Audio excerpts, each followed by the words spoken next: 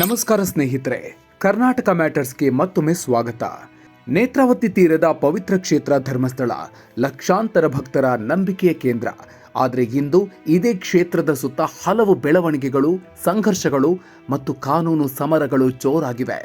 ಧರ್ಮಸ್ಥಳ ಗ್ರಾಮದಲ್ಲಿ ನೂರಾರು ಶವಗಳನ್ನು ಹೂತು ಹಾಕಲಾಗಿದೆ ಎನ್ನುವ ಒಂದು ಆರೋಪ. ಅದರ ತನಿಖೆ ನಡೆಸುತ್ತಿರುವ ಎಸ್ಐಟಿ, ಬೀದಿಗಿಳಿದು ಹೊಡೆದಾಡಿಕೊಳ್ಳುತ್ತಿರುವ ಗುಂಪುಗಳು, ಹೈಕೋರ್ಟ್ನಿಂದ ಸುಪ್ರೀಂ ಕೋರ್ಟ್ ಮೆಟ್ಟಿಲೇರಿದ್ದ ಪ್ರಕರಣ. ಹಾಗಾದ್ರೆ ಧರ್ಮಸ್ಥಳ ಪ್ರಕರಣದಲ್ಲಿ ಗುರುವಾರ ಮತ್ತು ಶುಕ್ರವಾರ ನಡೆದ ಮಹತ್ವದ ಬೆಳವಣಿಗೆಗಳು ಏನು? ಹೊಸ ಜಾಗದಲ್ಲಿ ಅಗೆದಾಗ ಎಸ್ಐಟಿಗೆ ಏನು ಸಿಕ್ತು? ಹರ್ಷೇಂದ್ರ ಕುಮಾರ್ ಪ್ರಕರಣದಲ್ಲಿ ಸುಪ್ರೀಂ ಕೋರ್ಟ್ ಕೊಟ್ಟ ತೀರ್ಪೇನು? ಎಲ್ಲವನ್ನು ನೋಡೋಣ. ಅದಕ್ಕೂ ಮೊದಲು ತಪ್ಪದೇ ನಮ್ಮ ಕರ್ನಾಟಕ ಮ್ಯಾಟರ್ಸ್ ಚಾನೆಲ್ಗೆ ಸಬ್ಸ್ಕ್ರೈಬ್ ಆಗಿ ಬೆಲ್ ಐಕಾನ್ ಪ್ರೆಸ್ ಮಾಡೋದನ್ನ ದಯವಿಟ್ಟು ಮರಿಬೇಡಿ. ಎಲ್ಲದಕ್ಕೂ ಮೂಲ ಒಬ್ಬ ಅನಾಮಿಕ ಸಾಕ್ಷಿ ದೂರುದಾರ ನೀಡಿದ ಮಾಹಿತಿ. ಧರ್ಮಸ್ಥಳದ ವ್ಯಾಪ್ತಿಯಲ್ಲಿ ಪ್ರಭಾವಿಗಳ ಸೂಚನೆ ಮೇರೆಗೆ ನೂರಾರು ಶವಗಳನ್ನು ಹೂತು ಹಾಕಿದ್ದೀನಿ ಅಂತ ಈತ ದೂರು ನೀಡಿದ್ದ. ಈ ಆರೋಪದ ಮೇಲೆ ಸರ್ಕಾರವು ಡಿಜಿಪಿ ಪ್ರಣಬ್ ಮೊಹಾಂತಿ ನೇತೃತ್ವದಲ್ಲಿ ವಿಶೇಷ ತನಿಖಾ ತಂಡ ಅಂದರೆ ಎಸ್ಐಟಿಯನ್ನು ರಚಿಸಿತ್ತು. ದೂರುದಾರ ಒಟ್ಟು 13 ಸ್ಥಳಗಳನ್ನು ಗುರುತಿಸಿದ್ದ. ಇದರಲ್ಲಿ ಎಸ್ಐಟಿ ತಂಡ ಈಗಾಗಲೇ 12 ಸ್ಥಳಗಳಲ್ಲಿ ಶೋಧ ಕಾರ್ಯವನ್ನು ಪೂರ್ಣಗೊಳಿಸಿರೋದು ನಿಮಗೆಲ್ಲ ಗೊತ್ತೇ ಇದೆ. ದೂರುದಾರ ಗುರುತಿಸಿದ 6ನೇ ಸ್ಥಳ ಮತ್ತು ಆತ ಗುರುತಿಸದ ಬಂಗ್ಲೆಗುಡ್ಡೆಯ ಮತ್ತೊಂದು ಸ್ಥಳದಲ್ಲಿ ಅಸ್ಥಿಪಂಜರ ಪತ್ತೆಯಾಗಿತ್ತು. ಆದರೆ ಎಲ್ಲರಲ್ಲೂ ಕುತೂಹಲ ಕೆರಳಿಸಿರೋದು ನೇತ್ರಾವತಿ ತೀರದ ಆ 13ನೇ ಸ್ಥಳ. ಇಲ್ಲಿ 16 ಶವಗಳನ್ನು ತಾನು ಹೂತು ಹಾಕಿದ್ದೀನಿ ಅಂತ ದೂರುದಾರ ಹೇಳಿದ್ದ. ಹಾಗಾಗಿ ಇಲ್ಲಿ ಅಗೆದಾಗ ಏನು ಸಿಗತ್ತೆ ಅನ್ನೋದು ಭಾರಿ ಕುತೂಹಲ ಮೂಡಿಸಿದೆ. ಆದರೆ ಇಲ್ಲಿ ಇನ್ನೂ ಶೋಧ ಕಾರ್ಯ ನಡೆದಿಲ್ಲ. ಶುಕ್ರವಾರವೂ ಎಸ್ಐಟಿ ಆ ಜಾಗದತ್ತ ಸುಳಿದಿಲ್ಲ. ಬದಲಾಗಿ ದೂರುದಾರ ತೋರಿಸಿದ ಹೊಸ ಜಾಗಕ್ಕೆ ತನಿಖಾ ತಂಡ ತೆರಳಿತ್ತು. 13ನೇ ಸ್ಥಳ ಬಿಟ್ಟು ಬೋಳಿಯಾರ್ ಕಾಡಿಗೆ. ಶುಕ್ರವಾರ ಎಸ್ಐಟಿ ತಂಡ ಧರ್ಮಸ್ಥಳ ಗ್ರಾಮದ ಬೋಳಿಯಾರ್ ಬಳಿಯ ದಟ್ಟ ಕಾಡಿನೊಳಗೆ ಶೋಧ ಕಾರ್ಯ ನಡೆಸಿದೆ. ಹಿಟಾಚಿ ಬಳಸಿ ನೆಲ ಅಗೆದು ಕಾರ್ಯಾಚರಣೆ ನಡೆಸಿದೆ. ಆದರೆ ಗಂಟೆಗಳ ಕಾಲದ ಶೋಧದ ನಂತರವೂ ಈ ಸ್ಥಳದಲ್ಲಿಯೂ ಯಾವುದೇ ಮೃತದೇಹದ ಕುರುಹು, ಕಳೆಬರಹವಾಗ್ಲಿ ಪತ್ತೆಯಾಗಿಲ್ಲ. ಕಾರ್ಯಾಚರಣೆ ವಿಫಲವಾದ ನಂತರ ಎಸ್ಐಟಿ ತಂಡ ಅಲ್ಲಿಂದ ವಾಪಸ್ಸಾಗಿದೆ. ಹೀಗಾಗಿ 13ನೇ ಸ್ಥಳದ ನಿಗೂಢತೆ ಹಾಗೆ ಮುಂದುವರೆದಿದೆ. ಆದರೆ ನೇತ್ರಾವತಿ ಅಜೆಕುರಿ ರಸ್ತೆಯ ಬಳಿಯಲ್ಲಿ ಈ 13ನೇ ಸ್ಥಳ ಇದ್ದು ಅತ್ಯಂತ ಸೂಕ್ಷ್ಮವೂ ಆಗಿದೆ. ಸಮೀಪದಲ್ಲೇ ಕಿಂಡಿ ಅಣೆಕಟ್ಟು ಮತ್ತು ವಿದ್ಯುತ್ ಪರಿವರ್ತಕ ಲೈನ್ ಇದೆ. ಹೀಗಾಗಿ ಶೋಧ ಕಷ್ಟಕರ ಎನ್ನಲಾಗ್ತಾ ಇದೆ. ಆದರೆ ಇಲ್ಲಿ ಶೋಧ ನಡೆಸದಿರಲು ನಿಜವಾದ ಕಾರಣ ಮಾತ್ರ ಇನ್ನೂ ನಿಗೂಢವಾಗಿ ಉಳಿದಿದೆ. ಕೆಲವರು ಎಸ್ಐಟಿ ತಂಡ ನೆಲದಡಿಯಲ್ಲಿ ಅವಶೇಷಗಳನ್ನು ಪತ್ತೆ ಹಚ್ಚಬಹುದಾದ ಜಿಪಿಆರ್ ಯಂತ್ರಕ್ಕೆ ಕಾಯ್ತಿದೆ ಅಂತ ಹೇಳ್ತಿದ್ದಾರೆ. ಆದರೆ ಈ ಬಗ್ಗೆ ಎಸ್ಐಟಿ ಯಾವುದೇ ಅಧಿಕೃತ ಪ್ರಕಟಣೆ ನೀಡಿಲ್ಲ. ಇದರ ಜೊತೆಗೆ ಜಯಂತ್ ಅನ್ನೋರಿಂದ ಸಲ್ಲಿಕೆಯಾಗಿರುವ ದೂರು ಹಾಗೂ ಮುಂದೆ ಬಂದಿರುವ 2 ಸಾಕ್ಷಿಗಳ ಬಗ್ಗೆಗೂ ಎಸ್ಐಟಿ ಯಾವ ತೀರ್ಮಾನ ತೆಗೆದುಕೊಳ್ಳಲಿದೆ ಅನ್ನೋದು ಕಾದು ನೋಡಬೇಕಿದೆ. ಸುಪ್ರೀಂ ಕೋರ್ಟ್ನಲ್ಲಿ ಹರ್ಷೇಂದ್ರ ಕುಮಾರ್ಗೆ ಮುಖಭಂಗ.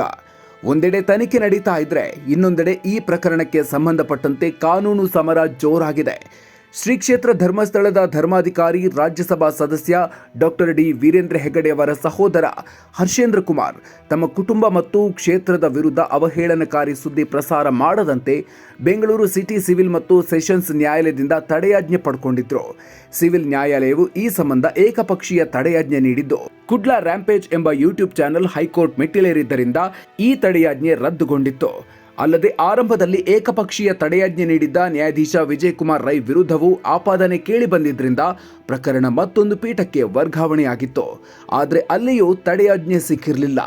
ಇದಾದ ನಂತರ ಹರ್ಷೇಂದ್ರ ಕುಮಾರ್ ಡಿ ಅವರು ಹೈಕೋರ್ಟ್ ತೀರ್ಪಿನ ವಿರುದ್ಧ ಸುಪ್ರೀಂ ಕೋರ್ಟ್ ಮೆಟ್ಟಿಲೇರಿದ್ರು. ಈ ಸಂಬಂಧ ಶುಕ್ರವಾರ ಬಹುದೊಡ್ಡ ಬೆಳವಣಿಗೆ ನಡೆದಿದೆ. ಸುಪ್ರೀಂ ಕೋರ್ಟ್ನಲ್ಲೂ ವೀರೇಂದ್ರ ಹೆಗಡೆ ಅವರ ಸೋದರನಿಗೆ ಭಾರಿ ಹಿನ್ನಡೆ ಆಗಿದೆ. ಹೌದು, ಕ್ಷೇತ್ರದ ವಿರುದ್ಧ ಅವಹೇಳನಕಾರಿ ಸುದ್ದಿ ಪ್ರಸಾರ ಮಾಡದಂತೆ ಮಾಧ್ಯಮಗಳಿಗೆ ತಡೆಯಾಜ್ಞೆ ಅಂದರೆ ಗ್ಯಾಗ್ ಆರ್ಡರ್ ನೀಡೋದಕ್ಕೆ ಸುಪ್ರೀಂ ಕೋರ್ಟ್ ಸ್ಪಷ್ಟವಾಗಿ ನಿರಾಕರಿಸಿದೆ. ಹಿರಿಯ ವಕೀಲ ಮುಕುಲ್ ರೋಹಟಗಿ ಅವರು ಯೂಟ್ಯೂಬ್ ಚಾನೆಲ್ಗಳು ದಿನವೂ ಮಾನಹಾನಿಕಾರಕ ವರದಿ ಮಾಡ್ತಾ ಇದೆ ಅಂತ ವಾದಿಸಿದ್ರು. ನ್ಯಾಯಮೂರ್ತಿಗಳಾದ ರಾಜೇಶ್ ಬಿಂದಾಲ್ ಮತ್ತು ಮನಮೋಹನ್ ಅವರಿದ್ದ ಪೀಠ ಗ್ಯಾಗ್ ಆರ್ಡರ್ ನೀಡೋದಕ್ಕೆ ಒಪ್ಪಿಲ್ಲ.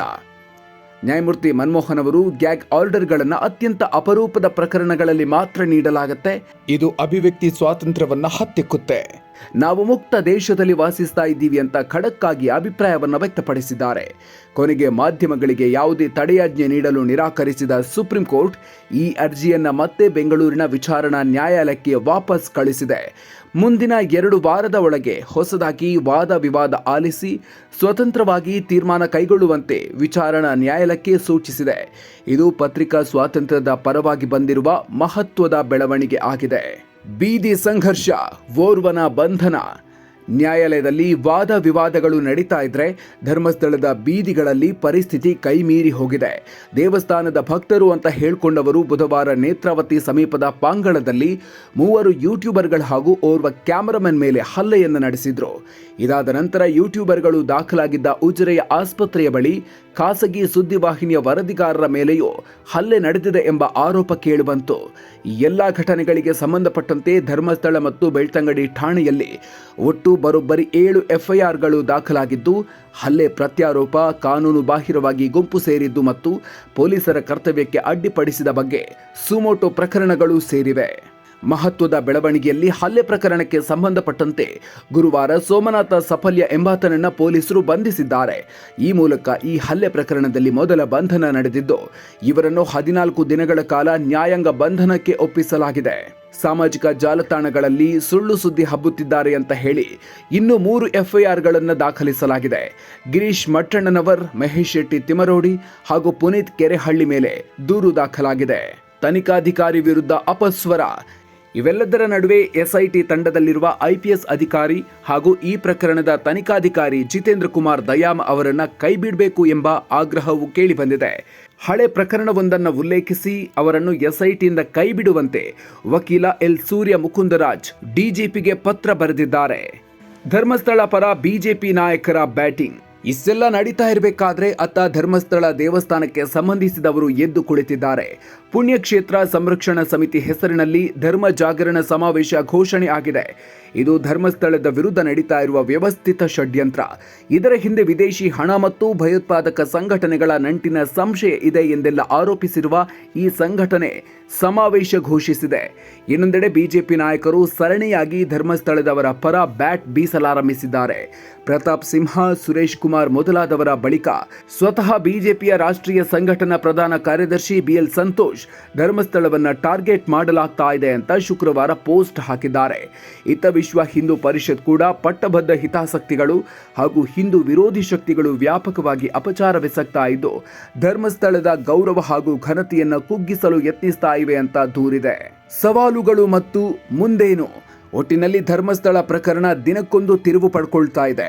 ಒಂದು ಕಡೆ ಎಸ್ಐಟಿ ತನಿಖೆ ಮುಂದುವರೆದಿದ್ದು ನಿಗೂಢವಾದ 13ನೇ ಸ್ಥಳದ ಶೋಧ ಕಾರ್ಯ ಬಾಕಿ ಉಳಿದಿದೆ. ಮತ್ತೊಂದು ಕಡೆ ಸುಪ್ರೀಂ ಕೋರ್ಟ್ನಲ್ಲಿ ಮಾಧ್ಯಮಗಳ ಮೇಲಿನ ತಡೆಯಾಜ್ಞೆಗೆ ಹಿನ್ನಡೆ ಆಗಿದ್ದು ಕಾನೂನು ಸಮರ ವಿಚಾರಣಾ ನ್ಯಾಯಾಲಯದಲ್ಲಿ ಮುಂದುವರಿಯಲಿದೆ. ಮೂರನೆಯದಾಗಿ ಧರ್ಮಸ್ಥಳದ ಬೀದಿಗಳಲ್ಲಿ ಮತ್ತೆ ಸಂಘರ್ಷ ಭುಗಿಲೇಳದಂತೆ ಶಾಂತಿ ಕಾಪಾಡುವ ಸವಾಲು ಪೊಲೀಸರ ಮುಂದಿದೆ. ಸದ್ಯ ನೇತ್ರಾವತಿ ತೀರದ ಪ್ರಕರಣ ಈ 3 ಮುಖಗಳಲ್ಲಿ ಕವಲೊಡೆದು ಸಾಗಿದೆ. ಆದರೆ ಸತ್ಯ ಹೊರಬರೋವರೆಗೂ ಧರ್ಮಸ್ಥಳದ ಆಗಸದಲ್ಲಿ ಆವರಿಸಿರುವ ಕಾರ್ಮೋಡ ಸರಿಯುವಂತೆ ಕಾಣಿಸ್ತಿಲ್ಲ. ಈ ಬಗ್ಗೆ ನಿಮಗೇನನ್ಸುತ್ತೆ ವೀಕ್ಷಕರೇ? ಕಾಮೆಂಟ್ ಮಾಡಿ ನಮಗೆ ತಿಳಿಸಿ. ಈ ವಿಡಿಯೋ ನಿಮಗೆ ಇಷ್ಟ ಆಗಿದ್ದಲ್ಲಿ ಲೈಕ್ ಮಾಡಿ, ಶೇರ್ ಮಾಡಿ. ಮುಂದಿನ ವಿಡಿಯೋದಲ್ಲಿ ಮತ್ತಷ್ಟು ಅಪ್ಡೇಟ್ ಜೊತೆಗೆ ಸಿಗ್ತೀವಿ. ಅಲ್ಲಿವರೆಗೂ ನಮಸ್ಕಾರ.